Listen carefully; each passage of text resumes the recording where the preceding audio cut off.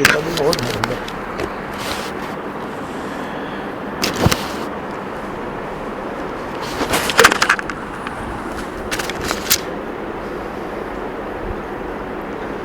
नारायण नारायण नारायण नारायण। ये अनिल ने दे रखा है कि यहाँ श्याम जी आते हैं ना, श्याम जी रचना, तो स्वामी जी जो बोलते हैं उसको रिकॉर्ड करके फिर ये इसको अशोक को दे देते हैं, तो अशोक फिर उधर उसको भेज देता है। तो काम पे बैठते हैं ना, सुनते रहते हैं काम चलाने टाइम पे। तो महर्षि आज के पृष्ठ में बता रहे हैं कि भक्ति का सिद्धांत क्या है कि भक्ति प्रतिक्षण वर्धमान है। आनंद रस रत्नाकर 17 अगस्त। तो महर्षि का पुरुषोत्तम योग, ये 15वां गीता का 15वां अध्याय, गीता के श्रीमद् भगवद गीता के 15वें अध्याय का नाम ही है पुरुषोत्तम योग। तो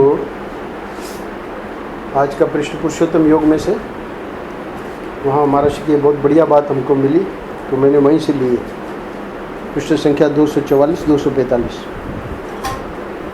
महर्षि कह रहे हैं कि भक्ति मार्ग में सर्व भगवान का स्वरूप है। इसलिए जब असली भक्ति का उदय होता है, जब सर्व ज्ञानमयी भक्ति उदय होती है, तब भक्त को सर्व रूप में अपने इष्ट देव का ही, अपने प्रभु का ही दर्शन होता है। तो ये पुरुषोत्तम योग में भगवान ने 20 श्लोक हैं, तो अंतिम 5 श्लोक में, बल्कि 5 नहीं, अंतिम 2 श्लोक को छोड़ के जो 3 श्लोक हैं 16, 17, 18, उसमें पूरे गीता का सार बता दिया। 2 पुरुष करके 2 पुरुष हैं, एक क्षर और एक अक्षर, यानी पूरा संसार जो है ये विनाशी है, तो विनाशी को क्षर बोलते हैं, मतलब ये धीरे धीरे खत्म हो जाएगा। तो खत्म नहीं बोलना चाहिए, परिवर्तन, इसमें परिवर्तन होता रहता है ना। अभी आपने सोचा भी नहीं होगा कि हमारे भाई हमारे साथ ऐसा करेंगे, है ना, है ना। तो जो अपने विश्वास से जिसको दिया वही भाई बदल गया, ये परिवर्तन है कि नहीं। तो इस परिवर्तन को सब लोग जानते हैं, पर फिर भी काम तो सब विश्वास पर ही चलता है। और भगवान ये बताना चाह रहे हैं कि वो जो क्षर है उसमें ज़्यादा विश्वास, ज़्यादा आस्था रखने की ज़रूरत नहीं है, क्योंकि वो माया का स्वरूप है। और अक्षर जो है वो जीव है। और इन दोनों से जो विलक्षण है वो भगवान कहते हैं मैं हूँ, पुरुषोत्तम। तो इस प्रकार जो जिसको एक ज्ञान हो जाएगा अच्छी तरह से, उसको फिर क्या होगा, तो उसका उसी श्लोक की व्याख्या महर्षि कर रहे हैं। द्वाविमो पुरुषो लोके क्षरश्चाक्षर एव च क्षर सर्वाणि भूतानि कूटस्थो क्षर उच्यते। सब जितने भूत हैं वो सब, है ना, परिवर्तनशील है। अक्षर जो है वो जीव है। उत्तम है पुरुषस्तु अन्य परमात्मे उदाहृत है। वो जीव का भी जो असली स्वरूप है वो परमात्मा है, वो कहते हैं मैं हूँ। यो लोकत्रय माविश्य विवर्तव्य ईश्वर यस्मात् क्षरमतीतो हम अक्षरादपि चोत्तम अतोस्मि लोके वेदे च प्रतितः पुरुषोत्तम। मेरे को सब लोग पुरुषोत्तम कहते हैं। अब जो श्लोक है 19वां श्लोक, उसकी व्याख्या आज कर रहे हैं महर्षि। यो माम एवं सम्मूढ़ो जानाति पुरुषोत्तम। 19वां श्लोक है, यो माम एवं असम्मूढ़ है। असम्मूढ़ है यानी जिसने ये ज्ञान प्राप्त कर लिया है। तो यो माम एवं, एवं यानी क्षर क्या है, अक्षर क्या है, पुरुषोत्तम क्या है, इस प्रकार से जो मैंने बताया है। ऐसे नहीं कि कुछ भी सुन लिया और हमको ज्ञान हो गया, ऐसे नहीं। जो शास्त्र में ज्ञान, गुरु जो ज्ञान देते हैं वो ज्ञान, यो माम एवं असम्मूढ़ है। अब वो असम्मूढ़ यानी अब वो मूर्ख नहीं है। मूढ़ कहते हैं मूर्ख को, है ना। सम्मूढ़ यानी अच्छी तरह से मूर्ख जो है। असम्मूढ़ यानी वो बिल्कुल मूर्ख नहीं है, मतलब बुद्धिमान है। असमूढ़ का अर्थ है बुद्धिमान है। यो माम एवं असमूढ़ है जानाति पुरुषोत्तमम, इस प्रकार पुरुषोत्तम को यानी क्षर को, अक्षर को और मेरे को, तीनों को जो जानता है, स सर्वविध भजति माम, सर्वभावेन भारत है। तो ये जो सर्वभावेन भारत है उसी को महर्षि बोल रहे हैं कि भक्ति मार्ग में सर्व भगवान का स्वरूप है। इसलिए जब असली भक्ति का उदय होता है, जब सर्व ज्ञानमयी भक्ति उदय होती है, तब भक्त को सर्व रूप में अपने इष्ट देव का ही, अपने प्रभु का ही दर्शन होता है। यो माम एवं असमूढ़ो जानाति पुरुषोत्तमः स सर्वविध भजति माम सर्वभावेन भारत है।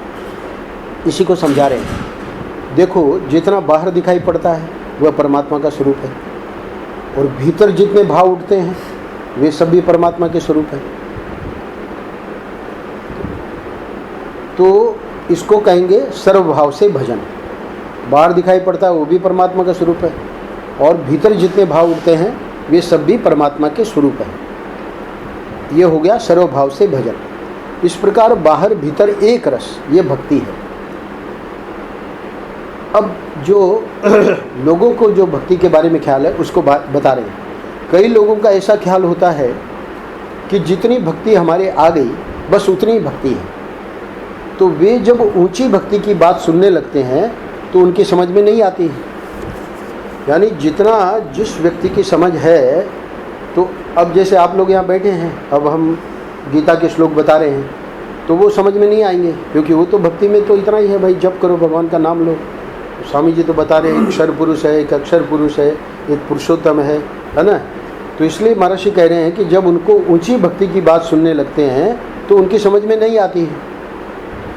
तब फिर महर्षि समझाते हैं कि ठीक है, जो आप लोग कर रहे हैं नाम जप करना, ये भगवान की भक्ति है भला, उसमें कोई दो राय नहीं है। नाम जप करना ये भगवान की भक्ति है भला, उनकी पूजा करना भक्ति है, सत्संग करना भक्ति है, ध्यान करना भक्ति है। सब लोग अलग अलग करते हैं, कोई जप करता है, कोई पूजा है ना, कोई जप भी करता है, पूजा भी करता है, सत्संग भी करता है, ध्यान भी करता है ना। किसी किसी को ध्यान में ही रस आता है, पूजा वगैरह में उसकी रुचि नहीं है ना, जप भी नहीं करता है। तो कह रहे हैं कि हर एक चीज़ भक्ति है। नाम जप करना भी भक्ति है, पूजा करना भी भक्ति है, सत्संग करना भी भक्ति है, ध्यान करना भी भक्ति है। पांचवी बात बता रहे हैं, भगवान की प्राप्ति के लिए व्याकुल होना, ये भी भक्ति है। तो ये व्याकुलता आज के युग में बहुत कम देखने को मिलेगी, क्योंकि अर्थ प्रधान युग हो गया ना। अर्थ प्रधान युग में व्याकुलता पैसे के लिए है। ठाकुर जी के लिए व्याकुलता कोई बहुत पूर्व जन्म का है ना, योग भ्रष्ट कोई बहुत साधना की है, उसको पूर्व जन्म में प्राप्त नहीं हुए भगवान, उसकी व्याकुलता तो देखने में आती है। बाकी जो है उन्हें साईं के जीवन में देखते हैं क्या व्याकुलता थी। भक्त कोकिल में महर्षि ने वर्णन किया है, तभी तो उनको फिर गुरु मिले। तो भगवान की प्राप्ति के लिए व्याकुल होना ये भी भक्ति है। छठी बात कह रहे हैं, और उनके भरोसे पर छोड़ देना कि जब तुमको मौज हो तब मिलना, है ना। यानी हम तुम्हारी भक्ति कर रहे हैं और हमको अब व्याकुल होने की भी ज़रूरत नहीं है। क्यों? क्योंकि ठीक है, तुम जानते हो हमारे कर्म क्या है, कैसे हैं। तो जब तुमको ठीक लगे कि भाई हाँ अब ये ठीक भक्ति कर रहा है, और जब तुम्हारे को दर्शन देने की इच्छा हो, पर हम भक्ति करते रहेंगे, यानी हम अपना भक्ति करना नहीं छोड़ेंगे। जब तुम्हारी मौज हो तब मिलना का मतलब ये नहीं कि उसने भक्ति करना छोड़ दिया, भक्ति करना नहीं छोड़ा, पर उनके भरोसे पर छोड़ देना। मतलब अब हमारा ये आग्रह नहीं है कि तुम्हारा दर्शन होना ही चाहिए, क्योंकि मालूम है हमारे इतने पाप हैं, इतने खराब कर्म हैं, हमको कैसे दर्शन मिलेंगे। तो इसलिए वो उनके भरोसे पे छोड़ दिए, पर अपना लगा हुआ है, भक्ति नहीं छोड़ रहा है। तो महर्षि समझा रहे हैं कि व्याकुलता भी भक्ति है और शरणागति भी भक्ति है। तो जो आखिरी दो पॉइंट है, पांचवा और छठा, तो व्याकुल होना वो भी भक्ति है, तो शरणागति उनके ऊपर छोड़ दिया, उनके भरोसे पड़े हैं, है ना, अपना जो भी है पूरा जीवन भगवान में लगा दिया, पर ये कोई आग्रह नहीं है कि उनका दर्शन होना चाहिए। तो शरणागति हो गई, वो भी भक्ति है। अच्छा, सातवीं बात बता रहे हैं, एक रूप में भगवान को देखना भी भक्ति है। और आखिरी बात बता रहे हैं, सबके अंदर उसी रूप को देखना भी भक्ति है ना। आखिरी नौवां आखिरी है, क्योंकि 9 पूर्ण अंक है, तो 9वां क्या है, सबको परमात्मा का स्वरूप समझना भी भक्ति। यानी इस पैराग्राफ में भक्ति के जितने स्वरूप हैं वो सब महर्षि ने संक्षेप में बता दिए। पर अब महर्षि को आज के पृष्ठ में मुख्य बात ये बतानी है कि इस प्रकार से ये मत समझना कि हम जितना करते हैं बस उतनी भक्ति है। क्योंकि महर्षि ने जब हर एक चीज़ को भक्ति बता दिया, तो जब करने वाला उसको बोलेगा मेरे को सत्संग में जाने की क्या जरूरत है। उसको बोल रहे हैं भाई सुनो, बहुत बढ़िया सत्संग है ना, महात्मा जी आए हुए हैं नवसारी में। आपका तो बताया ना कि कोई संत आ जाएंगे तो सब छोड़ के पर सब लोग नहीं छोड़ पाएंगे। दत्ता अवधूत बम्बई में पहुंचे थे और विपुल, ये तो गए हैं श्याम जी, महर्षि का जो फ्लैट है वहाँ मलाबार हिल में, तो विपुल पे उनका भोजन भी और है ना सत्संग भी हुआ। फ्लैट पे 1.5-2 घंटे रुके होंगे। सामने जो चाबी रहती है फ्लैट की, है ना, वो माता जी आई थी और उनका पुत्र अब पश्चाताप कर रहा है। और उस समय उसको पता था कि संत आने वाले हैं, ये सब है, हमारी माता जी सब व्यवस्था कर रही है ना। व्यवस्था करने में तो मुंदड़ा भी लगा था। तो खैर बहुत बढ़िया उनका हुआ सत्संग और वो सब। पर वो जो बेटा ललित ग्रोवर, तो वो अब पश्चाताप करता है कि मैं मूर्ख के जैसे उधर अपने जिम में गया था, है ना। क्योंकि वो उनकी दृष्टि में, वो उनके महत्व में दिमाग में घुसा है कि वो जिम जो है वो नहीं छूटना चाहिए, है ना। तो ये कहने का मतलब ये है कि व्यक्ति को ये समझ में नहीं आता है ना। उसको लगता है कि हम जो कर रहे हैं बस वो अपना जप करता है, जो भी करता है बेचारा वो उतना ही भक्ति मान रहा है। अब संत आए हैं, उसको बता भी रहे हैं कि भाई संत आए हैं, और उसको नहीं समझ में आ रहा है कि वो भी हमको करना चाहिए। तो इस प्रकार से ये मत समझना कि हम जितना करते हैं बस उतनी भक्ति है। भक्ति को छोटी मत बनाओ। अब क्यों पश्चाताप हो रहा है कि अब उसको समझ में आ रहा है कि संतों की कितनी महिमा है ना। आप लोगों को तो जन्म से ही है ना साईं के संस्कार है, तो इसलिए वो सब मतलब जो संत आए नवसारी में साईं से तो इधर बाद में जुड़े पुष्पा के कारण, है ना। पहले से ही है, 53-50 तो पहले से ही है। पुष्पा तो बाद में आई तो ये जो है, ये संतों की महिमा जो है, तो महर्षि कह रहे हैं वो भी भक्ति है। अभी तुम जो नहीं करते हो सो भी भक्ति है भला। बोले अभी तो हम सत्संग में नहीं जाते हैं, है ना, अभी तो पूजा नहीं करते हैं, अभी तो हम ध्यान नहीं करते हैं।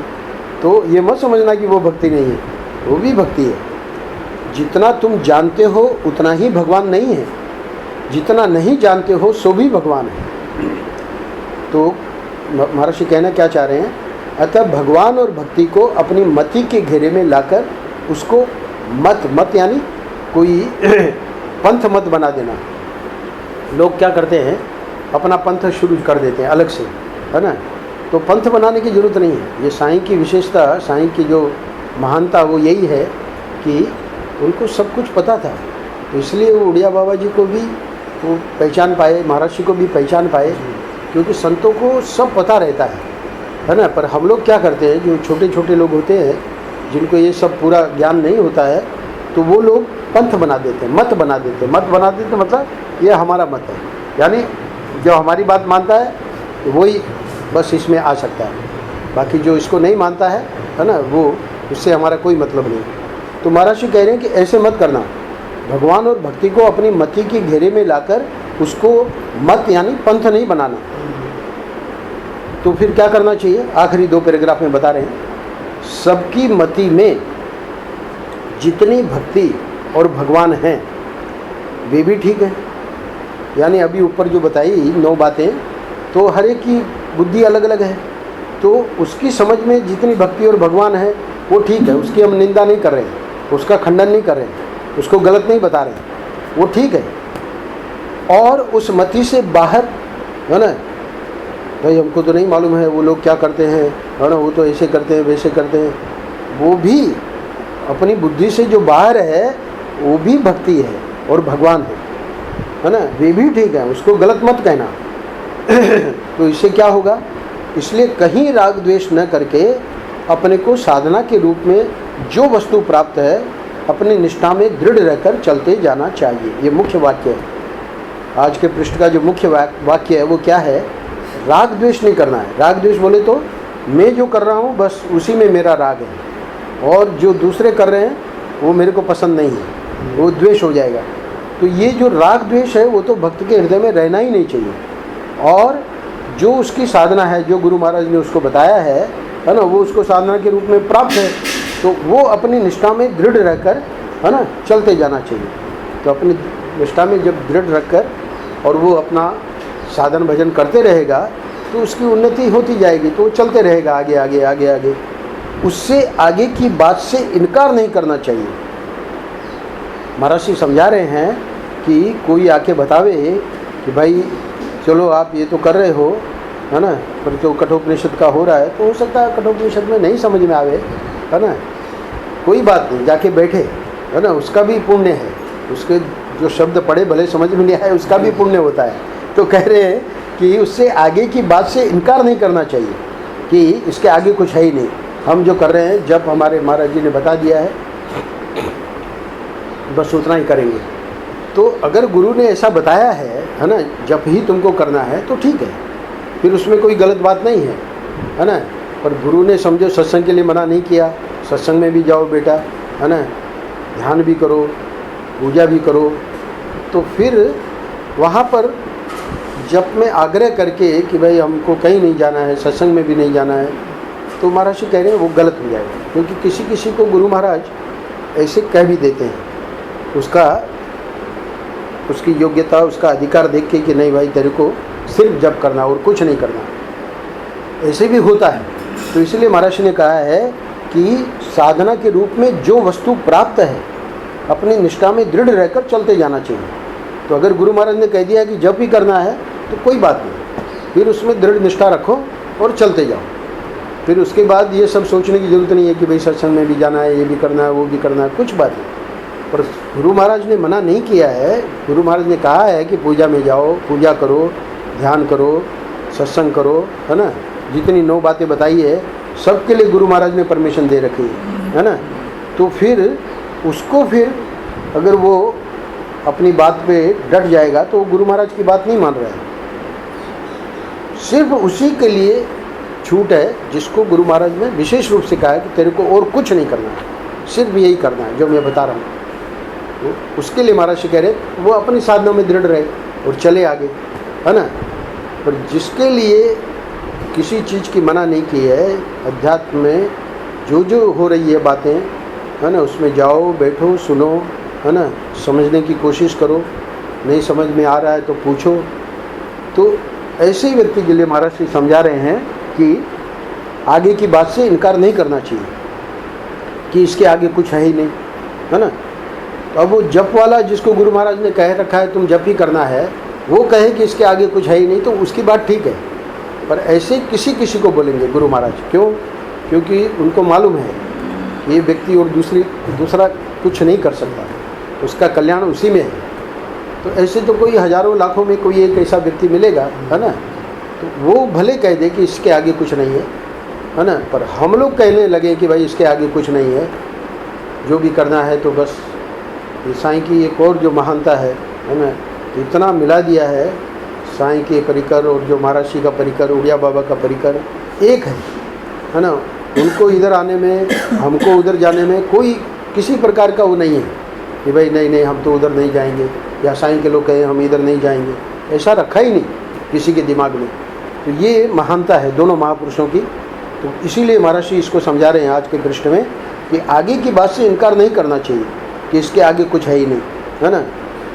अब अंत में कह रहे हैं यही भक्ति का सिद्धांत है कि भक्ति प्रतिक्षण वर्धमान है। भक्ति का सिद्धांत क्या है कि हम देख रहे हैं कि पहले कितनी भक्ति थी, अब वो भक्ति हमारे जीवन में बढ़ गई है, फिर आज से 1 साल बाद, है ना, और देखेंगे और बढ़ गई है। तो ये मत कहो कि इतना ही है। अच्छा चलो ये बात तो भक्ति की हो गई, भगवान के बारे में बोलिए। तो भगवान के बारे में भी महर्षि कह रहे हैं कि इससे भी परे हैं, बांधो मत।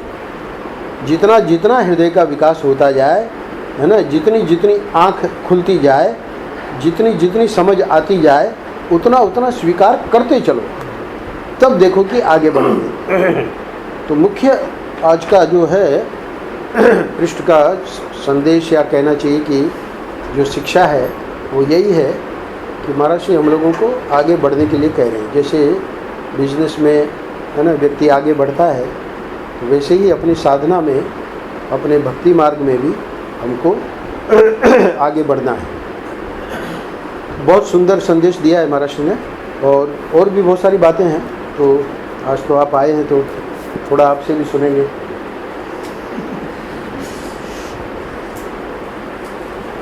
मेरे साईं ने तो कभी बोला कुछ नहीं किया है, किधर भी जाओ, कोई भी जगह अच्छी चीज़ मिलती है ग्रहण कर लो, अपना लो, अच्छा ही सुनेगा, संत कोई गलत नहीं सुनेगा। सही बात। कोई ना कोई रास्ता निकलता जाएगा, आनंद मिलता जाएगा।